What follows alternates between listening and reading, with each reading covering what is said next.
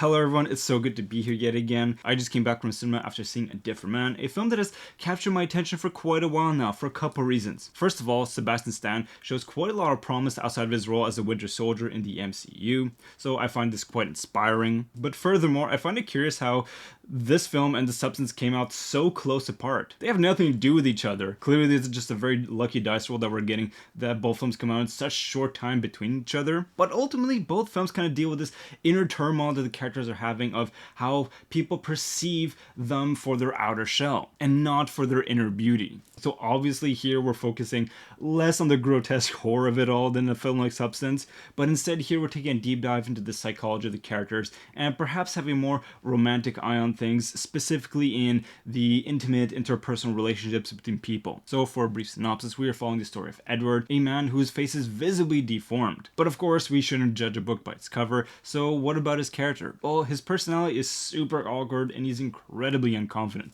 So much so that he can't even ask his landlord to fix a pretty major leak that's happening in his roof in his apartment. It's kind of a big issue and he seems totally unfazed by it. And on that note, I do think this is a very clever mise-en-scène tool right out of the gate in the film. The way I see it, this pretty much mirrors the state of his soul. And this is a rather subtle detail, but if you pay attention to the infrastructure of that apartment building and how it evolves throughout the film, I think there's quite an interesting nugget of character development that can be extracted from that. In any case, much like in The Substance, here in this film he gets proposed this experimental facial reconstruction surgery. So through this process, the beautiful Sebastian Stan that we all know and love gets revealed beneath the layers of lumpy skin and deformities. So now all is well, he can live normally among people and socialize, he is no longer isolated from the world. But soon enough he becomes completely obsessed with this acting gig in this theater play. I don't want to go too much in detail, but essentially this play is literally about himself. There's a really unique way that this is integrated in the story of the film. As you can imagine, it is quite perplexing to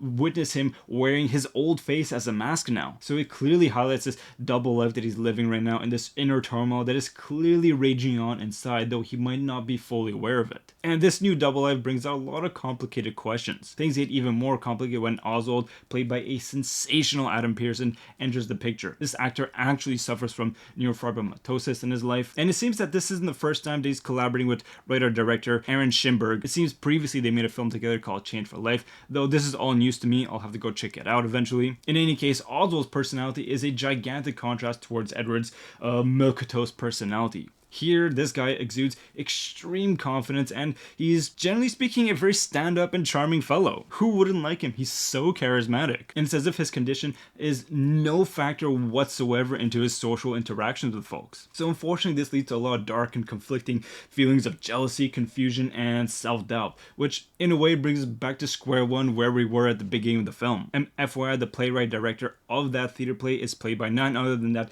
dynamite Norwegian actress Renate Reinsve, who's absolutely incredible in that film, The Worst Person in the World. If you haven't seen it, I highly recommend you do so. In any case, she's yet another incredibly complex character in this film that leaves so much to ponder. Not only was she a surprise just in terms of the acting prowess, but she's also a surprise in the sense that she's one of the biggest mysteries to me in this film. I have a really hard time reading her, and on several occasions I was wondering to myself, is she a super manipulative person? There are quite a few red flags that she raises, and I don't want to go too much in detail, and I'm kind of paraphrasing here, but I thought there's a really interesting question that she asked at one point throughout the production of a theater play, where she asked, is her art very exploitative of these people with deformities? Or is this a very noble exploration of their character? Once again, I'm paraphrasing here, but it was a very interesting question, and is a question that remains throughout the rest of the film and is never fully answered. And then that same question is projected in a really curious way onto the other characters. So also, for example, generally speaking, he seems like a super good-natured person, but there's several moments where he kind of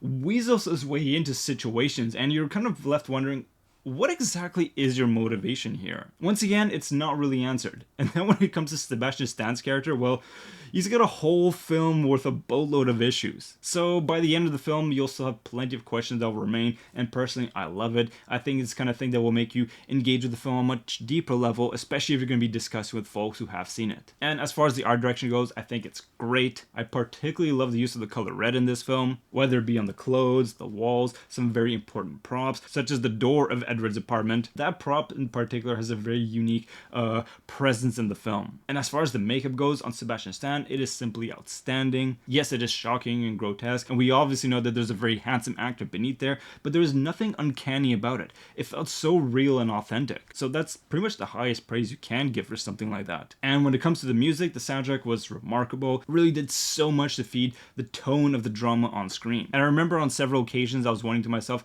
oh, this is almost giving like these film noir aesthetic vibes. So this is yet another A24 hit as far as I'm concerned. I don't know how it's going to be doing at the box office because I don't think it's going to be drawing the same kind of crowds like The Substance seems to be doing, even though the topic of the film is kind of similar on a macro level. And as for my hometown in Montreal, since it just premiered here, it's only playing at one cinema, at Cinema du Parc. Great cinema, but it's a little disappointing that it's only playing at one place. So wherever you are in the world, I do highly recommend you check it out because I'd say this is at least an 8 out of 10. Captivating film and stand-up performances across the board. Yet another great and thought-provoking film in 2024. So with all that being said, wishing you and your loved ones nothing but the best.